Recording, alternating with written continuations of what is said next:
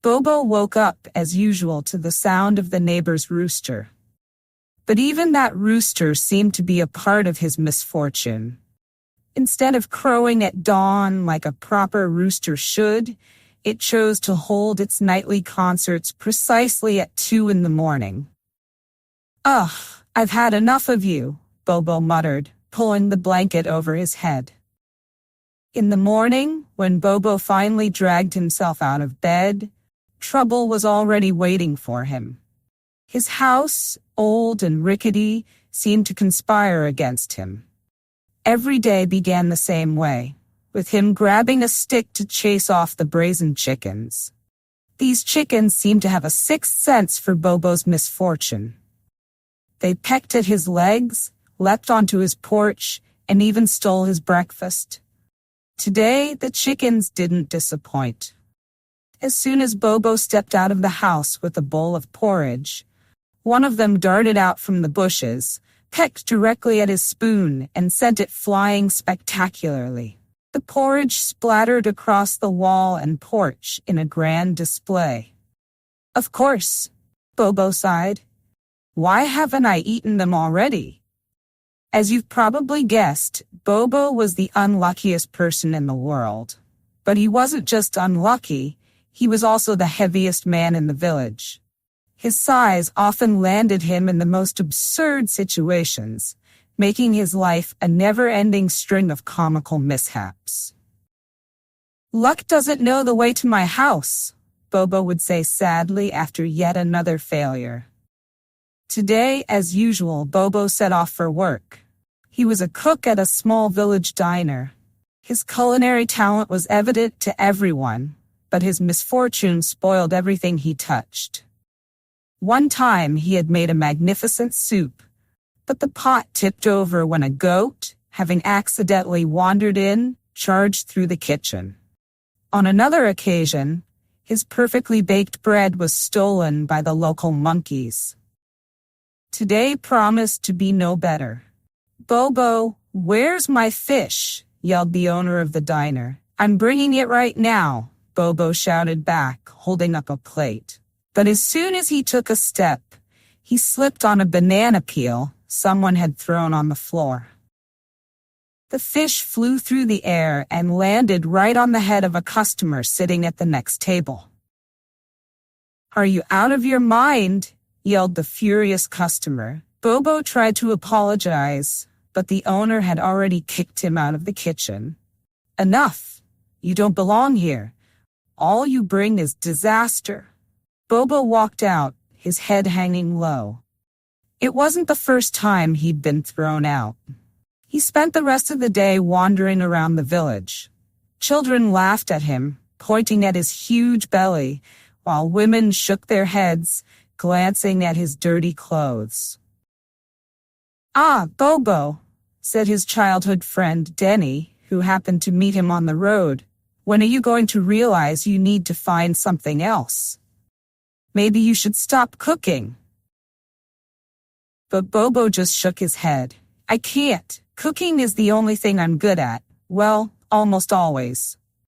In the evening, when Bobo returned home, he found a strange bundle on the doorstep. It was a bag of vegetables and a note. He unfolded the note and read, "Bobo, don't give up. There's going to be a cooking contest in the neighboring village soon. The winner will receive a large cash prize, enough to open their own restaurant. You must enter this contest. You're the best cook I know.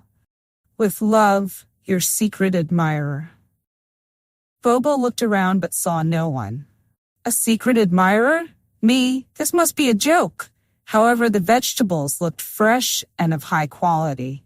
Bobo decided it was a sign. But who could this mysterious benefactor be? And what awaited him next? Bobo didn't yet know that this bundle would be the first step toward his great adventure. Meanwhile, the chickens in the backyard were clucking so loudly, it seemed like they were plotting something. At dawn, Bobo stood in front of the mirror, trying to project a confident image. It was harder than he had imagined. Instead of a future winner, he saw a tired man with a bewildered look in his eyes. "Today will be different," he muttered, though he didn't even believe it himself. He grabbed an old woven basket and headed for the market. If he wanted to win the cooking contest, he needed the perfect recipe. The market was buzzing with life. Vendors shouted, competing to offer the best deals. The air was filled with the scents of fresh fish, ripe mangoes, and fried bananas. Bobo carefully selected his ingredients. He knew that only the perfect balance of flavors could impress the judges. But as always, his misfortune wasn't far behind. First, Bobo headed to the pumpkin vendor, as they were the base of his dish. But no sooner had he reached for the largest pumpkin than a boy sneaked up from behind, snatched it, and ran off. "Hey, come back!" Bobo shouted, chasing after him. The boy was faster. Bobo, panting, stopped, and a crowd nearby burst into laughter. He returned to the market and picked up the smallest pumpkin that was left. "Well, it's something," he muttered to himself. Next, he bought fragrant herbs, a handful of pepper, and some fresh fish. But when he reached the stall with onions, a monkey jumped onto his basket, grabbed a bunch of herbs, and scampered off into the bushes. "This is a nightmare," Bobo exclaimed, feeling hopeless. He had very little money left, and those herbs were essential. Amid all the misfortunes at the market, there was one bright moment. Bobo stumbled upon an elderly woman sitting at the farthest stall. Her goods looked unusual, strange roots, flowers, and leaves that he had never seen before. "What's this?" Bobo asked, pointing to a bundle of green leaves. "These are secret leaves," the woman said, narrowing her eyes with a sly smile. "They'll make your dish unforgettable." Bobo hesitated. He wasn't sure whether to trust the old woman, but he had no other choice. "Is this enough?" he asked, handing over his remaining coins. The woman took the money, handed him the leaves, smiled, and whispered, "It's enough. But be careful, they're stronger than they seem." The next morning, early at dawn, Bobo set off with his ingredients to the neighboring village. A crowd had gathered in the main square. There were both participants and curious onlookers. The judges had taken their seats, and the air was filled with the aromas of cooking already underway. Bobo laid out his ingredients and lit the fire under his pot. His recipe was simple: pumpkin, fish, spices, and those mysterious leaves. He wanted to create a dish that was light but flavorful, with an emphasis on freshness. But as usual, everything went wrong. First, a strong gust of wind knocked over the spice jar, spilling its contents straight into the embers. Bobo rushed to collect them, but in the process, he accidentally bumped into the neighboring cook, who dropped his own dish. "Are you trying to sabotage me?" The cook shouted. It was an accident." Bobo tried to explain, but the hostile glares from the other participants made it clear that no one believed him. It got worse from there. His pot began to boil, but when it was time to add the fish, he realized it was gone. Looking around, he spotted a skinny cat, licking its lips with a satisfied expression. Next to the cat lay the fish's tail, Bobo's fish. Bobo looked in despair at the remaining ingredients. "All right," he said to himself. "If the soup is meant to be random, then so be it." He threw everything that was left into the boiling water. The pumpkin, a bit of spices, the strange leaves from the old woman, and a pinch of salt. As the cooking time came to an end, the judges began tasting the contestants' dishes. Bobo stood last in line, feeling sweat trickle into his eyes. The first judge took a spoonful of his soup, tasted it carefully, and paused. Interesting." The second judge, a sharp-tongued woman known for her biting remarks, took a sip, and fell silent. This is unusual. When it came to the third judge, the crowd fell silent. He was a stern man, known for his exacting standards. He tasted the soup, put down the spoon, and said, "This is incredible." "What?" Bobo gasped, unable to believe his ears. "The balance of flavors," the judge continued. "The sweetness of the pumpkin, the depth of the spices, and the bitterness of these leaves. This is something new." The crowd erupted into chatter. People started discussing his soup. Some praised it, others doubted. But no one could deny that the dish stood out. As the judges huddled together in deliberation, the onlookers continued to debate.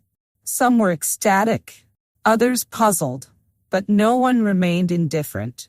Finally, the head judge stood up and announced, "The winner of the contest is Bobo and his soup of randomness."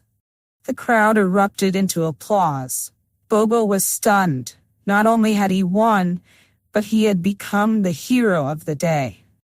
However, the joy was short-lived. Among the crowd, Bobo noticed a strange figure dressed in dark clothes. The man stared at him intently before disappearing into the crowd. Who was he? And why was he watching Bobo so closely? With the prize in his hands, Bobo couldn't contain his emotions. The crowd chanted his name, the judges shook his hand, and the competitors who had once mocked him stood in envious silence. It was a moment of triumph. But deep down, Bobo couldn't shake the feeling that something was off. His bad luck rarely allowed him a moment of peace. Bobo invested his prize money into the old house in the center of the village. His friends helped clear out the junk, while the local children painted the walls with bright colors. The restaurant was named Soup of Randomness, in honor of the dish that had brought him victory. On the opening day, the whole village gathered. Some came out of curiosity, others for his cooking, and some just wanted to see what might go wrong. And of course, disaster didn't take long to strike. Just before serving the first guest, Bobo decided to bring out a huge celebratory cake, decorated with the words, "Luck loves the persistent." The crowd erupted in applause as he lifted the cake above his head. But then something slipped under his foot. "Watch out!" someone in the crowd shouted. Bobo lost his balance and crashed right into the cake. The cream, decorations, and bits of cake flew in all directions. The crowd froze, unsure whether to laugh or cry. But the first to laugh was Bobo himself. He stood up, covered in cream, and loudly announced, "Well, this is still the best cake in the world. Eat up, don't be shy." The crowd burst into laughter, followed by applause. That moment, though ridiculous, became the symbol of his restaurant. The restaurant became a local landmark. People came from neighboring villages to try the famous Soup of Randomness and to meet Bobo, the man who managed to turn his misfortunes into success. One day, among the guests, Bobo spotted the strange man again, the one he had seen at the competition. He was sitting in the corner, watching him intently. When the restaurant had emptied out, the man approached him. He was wearing a long cloak and had a serious expression on his face. "Do you really not know what kind of leaves you used in your soup?" he asked. Bobo furrowed his brow. "They were just leaves that a merchant sold me at the market. Why does it concern you?" he asked. "These leaves only grow on one tree," the man replied. "And that tree is guarded by the chief of the neighboring village. It is considered sacred." Bobo gasped. "Are you saying I broke the law?" "Not yet," the man said. "But if the chief finds out that you used them without permission, you'll be in big trouble." The next day, Bobo set off for the village where the chief lived, determined to speak with the elder. He had to push through dense jungles, cross rivers, and fend off monkeys that tried to snatch the basket of gifts he had brought. When he finally reached the elder, the old man greeted him with a stern look. "So it's you," he said. "Everyone's talking about your soup." Bobo dropped to his knees. "Please forgive me. I didn't know the leaves were sacred. I'm willing to make amends if I must." The chief remained silent for a long moment. Then he broke into a hearty laugh. "Make amends? You've already done more than enough," he declared. "No one has ever dared to use those leaves in food before. But your soup has shown us that this tree can be useful beyond ceremonies. I want you to teach our chefs how to make it." Bobo couldn't believe his ears. Not only had he avoided punishment, but he had also gained the support of an entire village. His restaurant became even more popular, and he himself grew even wealthier. But the troublesome neighbor's rooster still continued to wake him up at 2 a.m. "Well, never mind," he said, gazing at his overflowing restaurant. "Bad luck is just my luck in another form."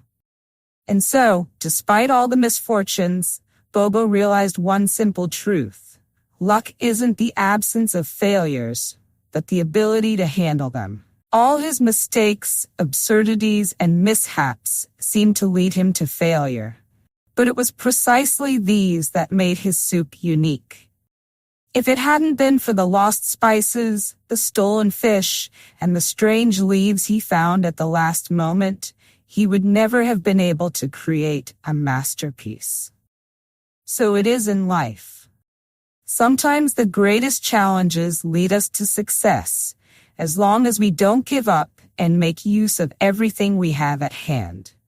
After all, even bad luck, when viewed from a different angle, can become the most valuable ingredient. May your life be full of joy and limitless possibilities. Thanks for watching. Be sure to share your opinion and don't forget to write a comment. Subscribe to my channel. See you in the next video.